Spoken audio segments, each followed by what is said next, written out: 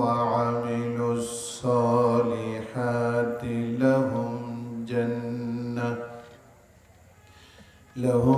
جنات تجري من تحتها الأنهار ذلك الفوز الكبير إن الله وملائكته يصلون على النبي يا أيها الذين آمنوا صلوا عليه وسلموا تسليما اللهم صل على اللهم صل على محمد وعلى آل محمد كما صليت على إبراهيم وعلى آل إبراهيم إنك حميد مجيد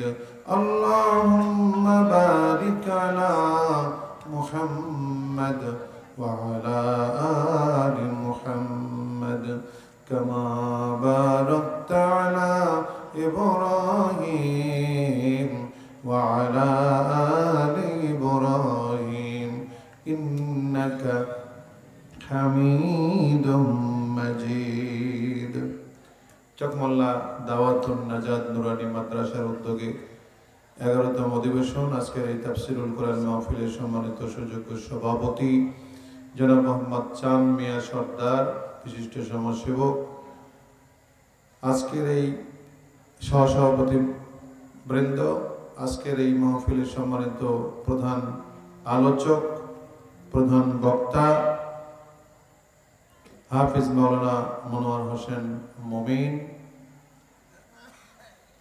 সাতক্ষীরা। আমার আগে আলোচনা করেছেন হাফিজ মাওলানা আব্দুল মোমিন নোমানি, মোহতামিম মদিনাতুল উলুম ওসমানিয়া কওমি মাদ্রাসা পাঁচকাতলি। আমাদের এখানে উপস্থিত সম্মানিত উলামায়ে কেরাম, অতিথিবৃন্দ, আমার সামনে বসা অত্র এলাকার দিনদার ইমানদার ইসলাম প্রিয় ভাইয়েরা, পর্দার আড়ালে মা ও বোনেরা, আমরা আল্লাহ সুবহানাহু ওয়া তাআলার দরবারে শুকরগুজার হচ্ছি যিনি আজকের এই মাহফিলে আমাদেরকে কবুল করেছেন। আলহামদুলিল্লাহ। জোরে সোরে মহব্বতের সাথে বলছি আলহামদুলিল্লাহ। দরুদ ও সালাম বর্ষিত হোক বিশ্ব নবী জনাবে মুহাম্মদুর রাসূলুল্লাহ সাল্লাল্লাহু আলাইহি ওয়াসাল্লামের রূহ মোবারকে।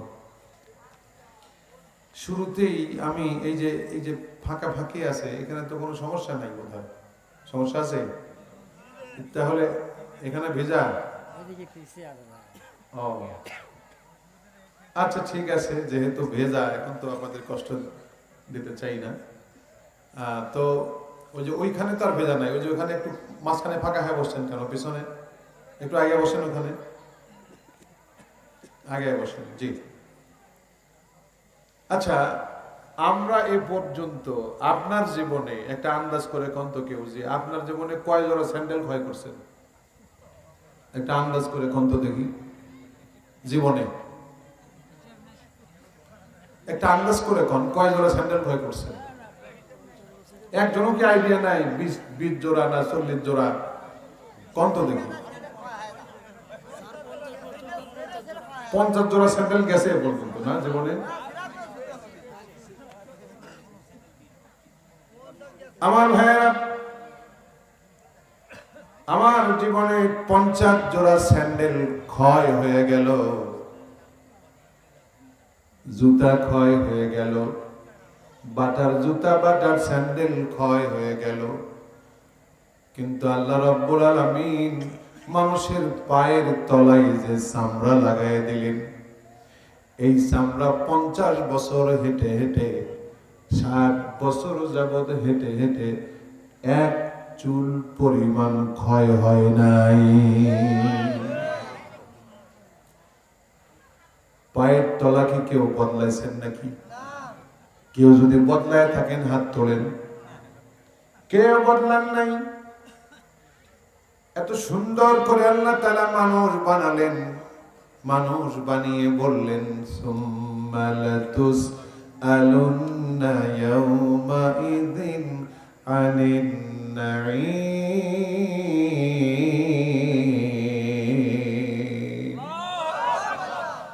অতঃপর প্রত্যেকটি নিয়ামত সম্পর্কে তোমাদেরকে কিয়ামতের ময়দানে জিজ্ঞাসা করা হবে। এজন্য শুকরিয়া হবে একমাত্র কার? জোরে বলি কার? আলহামদুলিল্লাহ, আল্লাহু আকবার। আমরা তার নামে তাকবীর দেব। এখানে কোরআনের মাহফিল, একটা কোরআন শরীফ নাই বাবা, একটু কোরআন শরীফ দিও। এটা কিসের মাহফিল আজকে? আর মাদ্রাসাটা কিসের মাদ্রাসা? কোরআনের মাদ্রাসা, কোরআন শিক্ষার মাদ্রাসা। তো সুতরাং আমার দেশে কোরআনের মাদ্রাসা থাকবে, কোরআনের মসজিদ থাকবে, কোরআন দিয়ে নামাজ চলবে, কোরআন দিয়ে রোজা চলবে, কোরআন দিয়ে হজ চলবে। কোরআন দিয়ে কেন কোর্ট কাছারি চলবে না? এটা ঠিক না বা ঠিক? এটা কি দরকার ছিল যে কোরআন দিয়েও কোর্ট কাছারি চলবে? কোরআন দিয়া সংসদ চলবে, দেশ চলবে, রাজনীতি চলবে কোরআন দিয়া। কে দিয়া? কোরআন ছাড়া রাজনীতি ওটা শয়তানি রাজনীতি, ঠিক কিনা? সুতরাং আমরা আল কোরআন দিয়েই এই দেশ সাজাবো ইনশাআল্লাহ। আল কোরআনের আলো। যত জোরে বলছেন বাতিল শক্তি তো আরো শক্তি পেয়ে যাবে।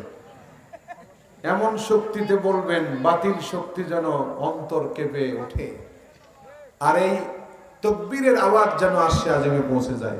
লিল্লাহি তাকবীর, লিল্লাহি তাকবীর, আল কোরআনের আলো। কোরআন হাদিস যেখানে, কোরআন নাই যেখানে, থাকবেন থাকবেন। সেটা ব্যক্তি হোক, সমাজ হোক, রাষ্ট্র হোক, পরিবার হোক, ব্যবসা হোক, রাজনীতি হোক, কোরআন নাই যেখানে আমরা নাই। আমার নেতা, তোমার নেতা, কোরআন ছাড়া যত নেতা, এইবার কোরআন ছাড়া যত নেতা আমরা মানি না। কথা ঠিক থাকবে? মুসলমান ঠিক থাকবে ইনশাআল্লাহ। আমার আগে সুন্দর আলোচনা করেছেন আমাদের আব্দুল মোমেন নোমানী ভাই। এখানে মাদ্রাসায় ছাত্র দিতে বলেছেন। এমন সন্তান আমাদের তৈরি করতে হবে, এমন সন্তান। আমার ভাইয়েরা, পর্দার আড়ালের মা ও বোনেরা, এমন সন্তান আমাদের বানাতে হবে যে সন্তান আমরা মারা গেলে পরে আমাদের নামাজের জামাতের ইমামতি করবে। আমরা মারা গেলে পরে জানাজা নামাজের ইমামতি করবে, হাত তুলে দোয়া করবে। এমন সন্তান আমাদের বানানোর জন্য মাদ্রাসায় ছাত্র দেওয়ার দরকার আছে না নাই? এজন্য মাদ্রাসায় ছাত্র দেব আমরা ইনশাআল্লাহ। আল্লাহর নবী বলেছেন, খায়রুকুম মান তাআল্লামাল কুরআন ওয়া আল্লামা। তোমাদের ভিতরে সেই ব্যক্তি উত্তম যে কোরআন শেখে এবং কোরআন অন্যকে শেখায় দেয়। নবীজি বলেছেন, ইন্নাল্লাযী লাইসা ফি জাওফিহি শাইউম মিনাল কুরআনি কাল বাইতিল খরিব। মাইকটা একটু চিকন করে দেওয়া যেতে পারে, চিকন। বারোটার ভাই একটু চিকন করে দেন। নিশ্চয়ই নবীজি বলেছেন, যার অন্তরে কোরআন নাই সেই অন্তরটা হলো সারা বাড়ির মতো। সারা বাড়িতে সাপ থাকে, পোকা থাকে, বিচ্ছু থাকে, আবর্জনা থাকে। আল্লাহ নবী বললেন, যার অন্তরে কোরআন নাই সেই অন্তরটা হলো সারা বাড়ির মতো। নাউজুবিল্লাহ কোন। আমার ভাইরা, বিশ্ব নবী জনাব মুহাম্মদ রাসূলুল্লাহ সাল্লাল্লাহু আলাইহি ওয়াসাল্লাম বলছেন, কিয়ামতের ময়দানে আল্লাহ রাব্বুল আলামিন বলবেন, বান্দারে কোরআন তেলাওয়াত করো। আর জান্নাতের উচ্চ মর্যাদায় উঠতে থাকো।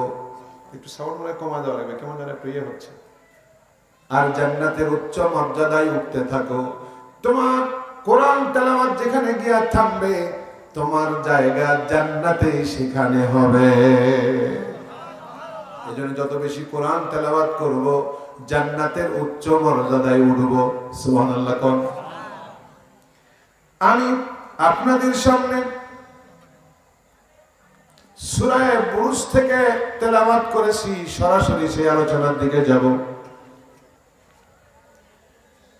আমার সাথে পড়ুন, আউযু বিল্লাহি মিনাশ শাইতানির রাজিম, বিসমিল্লাহির রাহমানির রাহিম। ইন্নাল্লাযীনা আমানু ওয়া আমিলুস সালিহাতি লাহুম জান্নাতুন تجري من تحتها الأنهار ذلك الفوز الكبير।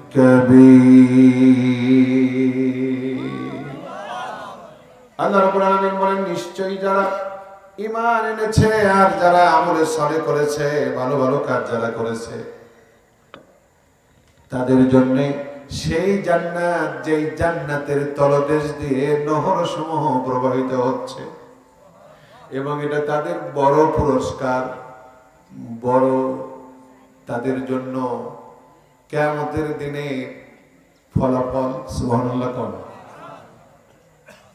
আমরা ঈমানকে মজবুত করব, আমলকে সুন্দর করব ইনশাআল্লাহ। তাইলে